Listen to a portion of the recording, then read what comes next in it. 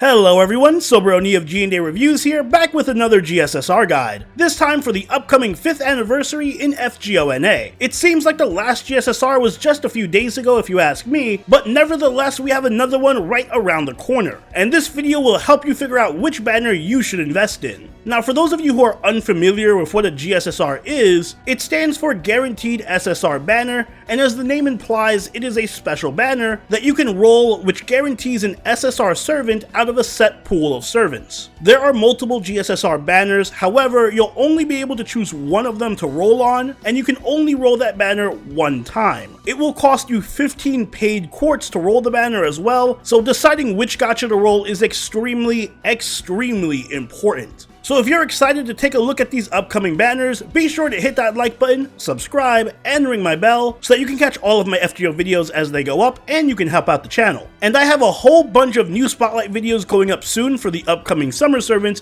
that you don't want to miss out on, so definitely subscribe. But with that said, let's take a look at this anniversary's GSSR. Now the GSSR banners will be dropping alongside the 5th anniversary event, which should be sometime in early July. And just like all the other GSSRs, this one is going to be split into multiple categories for you to choose from. However, unfortunately, rather than dividing all the SSR servants logically by class or card type, or something more practical like that, you know, to make it easier to figure out who you should be rolling for, this 5th anniversary GSSR, these servants will be split by year of release. That's right, all of the SSR servants will be grouped into banners according to their release year. And since this is the 5th anniversary, that means there are going to be 5 banners. While dividing the servants by year isn't all that practical, on the bright side, the GSSR will also provide you a guaranteed SR servant as well based on their release year, which means we actually have a good chance of rolling some very valuable limited SRs on top of the guaranteed SSR.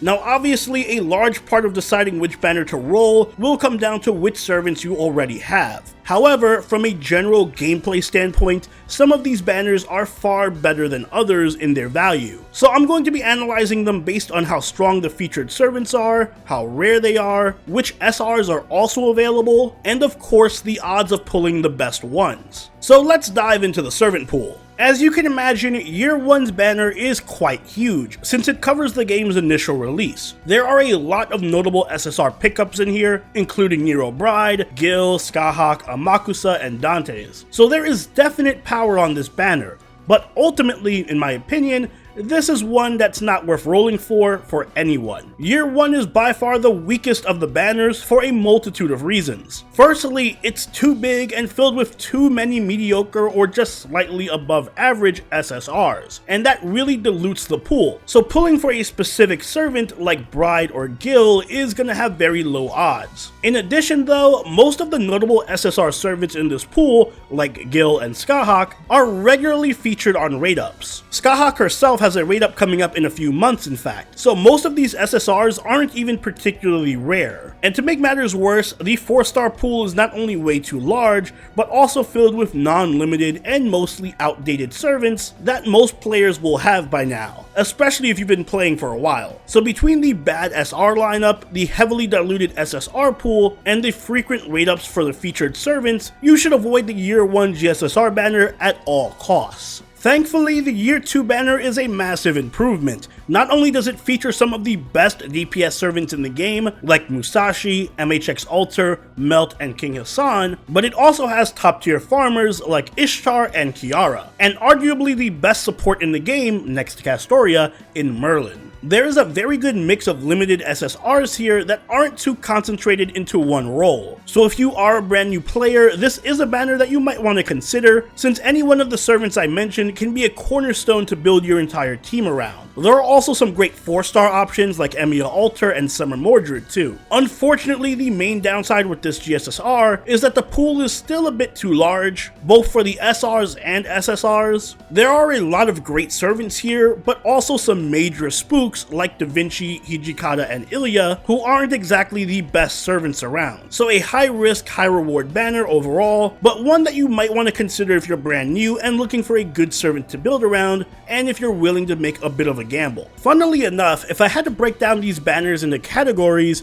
like bait for year 1 and high risk high reward for year 2, year 3's theme would just be horny. Seriously, if you don't care about gameplay and you're just looking for the waifu banner to quench your insatiable thirst, then this is the one. Arash, Maid Alter, Nero, Hokusai, Scotty, Tomoe, Raiko, Danzo, Cersei, etc. And even if you swing the other way and want a husband, then this banner still has you covered with Holmes, Yagyu, Sigurd, hey, maybe even Ivan and Chiron, I won't judge. Now that isn't to say that there isn't any gameplay value here. Scotty is still the best support in the game for quick, but outside of her, most of the SSRs here are just underwhelming compared to the ones on the upcoming banners. However, the one reason I would suggest rolling this banner, other than the waifus and Scotty, is if you want a rare 4-star. There are a lot of limited and story-locked 4-star servants here, so you might be able to pick up a cool one to add to your collection, but just like with year 1, I advise most players to skip this one. It's just not as good as the other options. And speaking of better options, the year 4 banner is an absolute beast of a pickup. The summoning pool for SSRs includes some of the strongest and rarest servants in FGO, Kama, Arjuna Alter, and Shi Huangdi, all 3 of them being in the top 5 challenge quest servants for difficult content. Even outside of them though,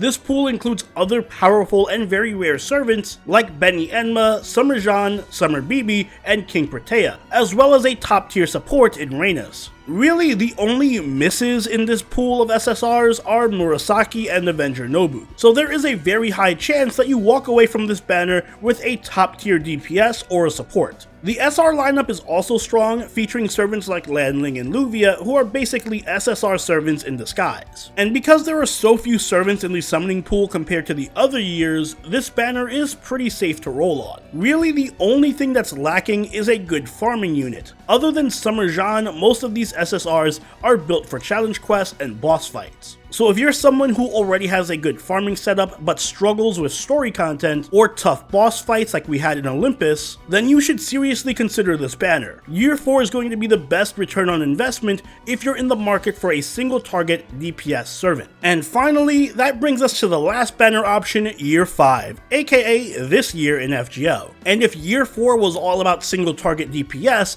then this one is by far the best for farming. All of the game's best farming servants are on this banner: Space Ishtar, Summer Musashi, Da Vinci Lily, and Summer Melt, all of whom are going to be exceptionally useful and important with the release of Castoria, who coincidentally releases alongside this GSSR, by the way. In other words, if you happen to get lucky and roll Castoria, then I highly recommend immediately rolling this banner. If you're able to pick up one of the 4 servants that I mentioned, you're basically set for farming for the next 2 years. And as we all know, farming is kind of important in this game, and for that reason, I do think that this banner, Year 5, is the best overall option for most players to pick. There are just too many excellent farmers, with Space Ishtar herself arguably being the best non-support servant in the game. But even if you fail to pick up an arts farmer, the other options on this banner include Super Orion, who is also a top 5 single target DPS, Romulus, who's the best Lancer in NA currently, Yang and Voyager, the 2 best foreigner servants in the game, and at worst, top tier waifus in Astolfo, Sei, and Bunnytoria, all of whom are also pretty rare. The 4-star lineup is also incredibly small, which means you can actually get Lancer Melt. In my opinion, Year 5 just has the most upside of any of the banners. It's the safest, has the best servants, and it works perfectly alongside the release of Castoria, considering how many arts looping farmers are on it. Oh, and Mandricardo is on it as well, so be a good friend. Unless you already have one of these top tier farmers like Musashi or Space Ishtar, or if you just really want Arjuna Alter, then I would recommend everyone choose this GSSR banner to roll.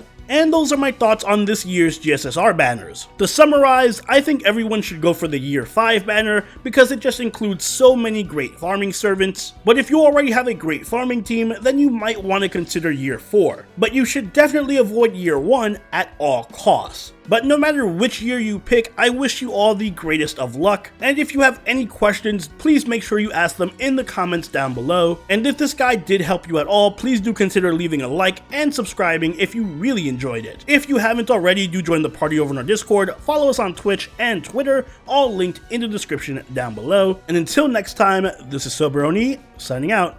Later.